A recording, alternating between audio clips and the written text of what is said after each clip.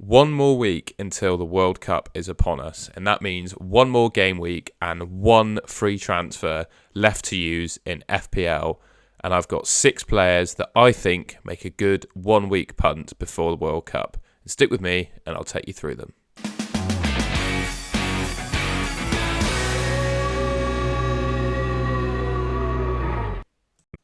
Alright then, first up on my list is this man, Bukayo Saka. Playing absolutely out of his skin at the moment for Arsenal. He's nailed to play pretty much 90 minutes every game. He's on penalties. He's got 10 attacking returns in the last 13 games that he's played in the Premier League. He's got a 0.59 expected returns per 90, which I think is exceptional for a midfielder in FPL. And his goal scoring odds in Gameweek 16 is 28%. I actually think he's a little higher than that given the circumstances surrounding Wolves at the moment.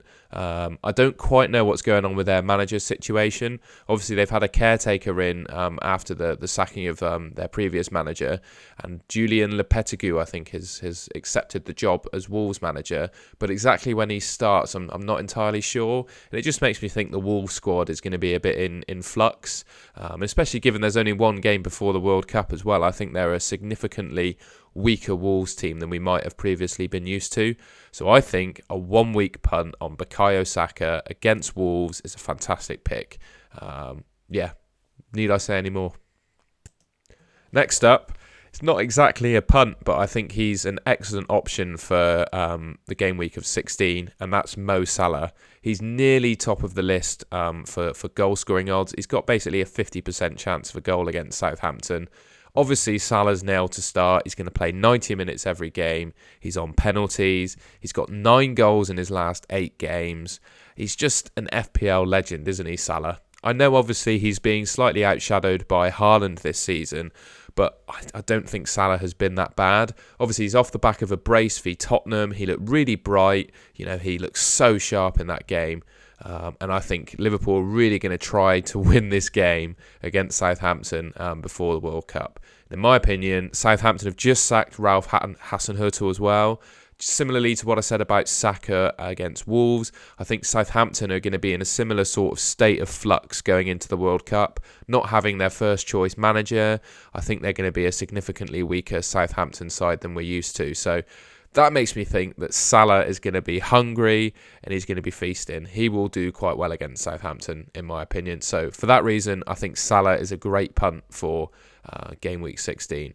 Can't really call Salah a punt, can you? But I'm just explaining that I think he's a great option. In his ownership is one of the lowest I've ever seen it for Mo Salah. Considering what he's done in FPL, I think he's got something like 54 double-digit returns since he joined Liverpool, which is just outstanding. And I think you can trust in Salah to do well for you in game week 16.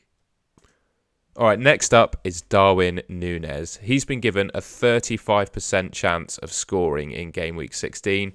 I think you can pretty much guarantee he's going to play. Given injuries to Diaz and Jota, I think Carvalho will probably come in for the midweek cup games, leaving Nunez to start in the league at the weekend. His underlying numbers are still absolutely off the chain. He's got 0.98 expected returns per 90, which, if you remember what I showed for Saka, it's nearly double what Saka has. The guy just looks dangerous every time he plays. Now, obviously, some criticisms is he looks a little bit raw. Some of his final balls, his finishing and his first touch are a bit dodgy, but I think he just looks dangerous every game that he plays for Liverpool. His physicality is just too much for most defenders in the league. And similarly to Salah, obviously he plays for the same team. He's got the same fixture. He's got Southampton at home. I think that's a really good fixture for him. And I think it's a game that he can be really dangerous in and cause some damage. So, yeah, for that reason, I really like Darwin Nunez for game week 16, especially if you're, looking to get rid of one of your strikers that you might not be happy with. I just think he's a really great option. The next up is the man that Gareth Southgate should absolutely be picking for England, in my opinion, and that's James Maddison.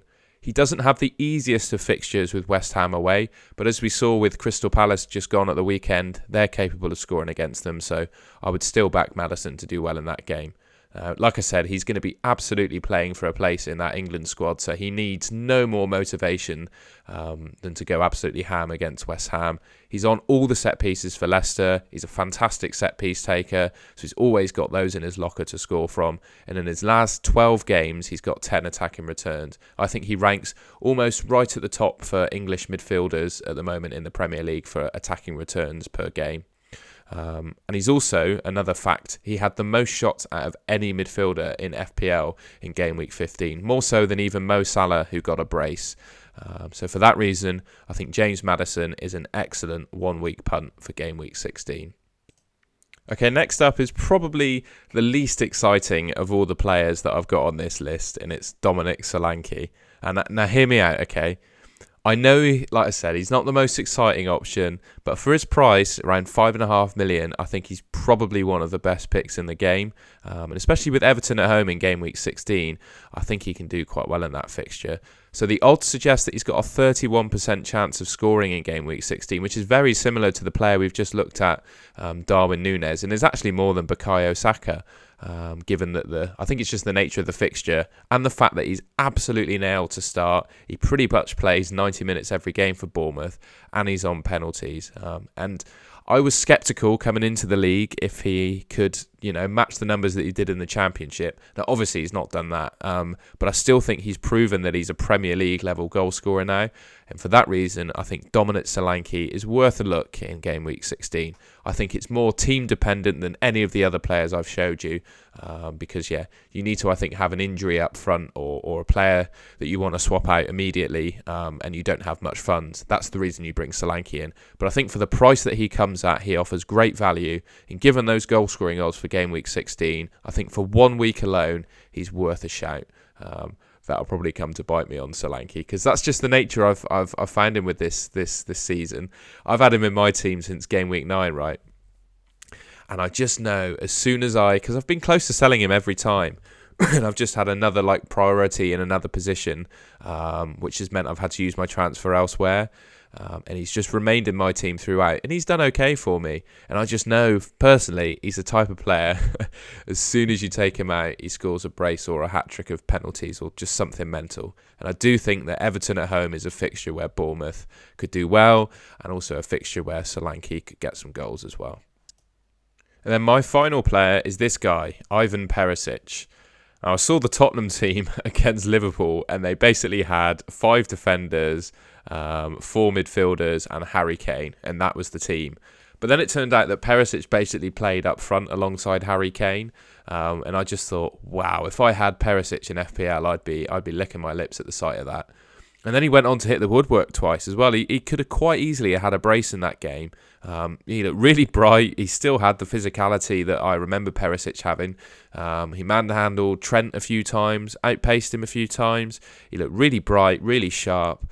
And certainly I would expect him to get a rest midweek against Forest in the Cup, which means he should be fit to play against Leeds at the weekend. And given that Kulusevski is still trying to get himself back in the team, I saw that Lucas Moura wasn't 100% either. I think there's a chance that Perisic could once again play in that front three against Leeds. I think he played really well against Liverpool. Like I said, he hit the woodwork twice, so I think Conte might well fancy him in that front three. Obviously, not just thinking of the attacking side, Perisic is a defender in FPL, and Spurs are one of the top teams for clean sheet odds in game week 16, and they currently sit at 32%. So I think you've got a reasonable chance there of Perisic playing up front alongside Harry Kane. You could get attacking returns playing there, and he's got a decent chance of keeping a clean sheet. If, like me, you've got a bit in the bank, sitting on the likes of Dunk, Guehi or Nico Williams, and you have to pick one of them next week, I think you could swap one of them out for Perisic, and he could be your man for game week 16. I think, he's not been quite as good as maybe we all expected him to be right at the start of the season. Perisic coming in, class as a defender. He hasn't played every week in the Prem. But I say when he has, he's not done too badly at all. And I think for game week 16, he's got a really good chance of starting. He's also got a chance of starting, playing up front. So for that reason, I think he's a really good option for game week 16.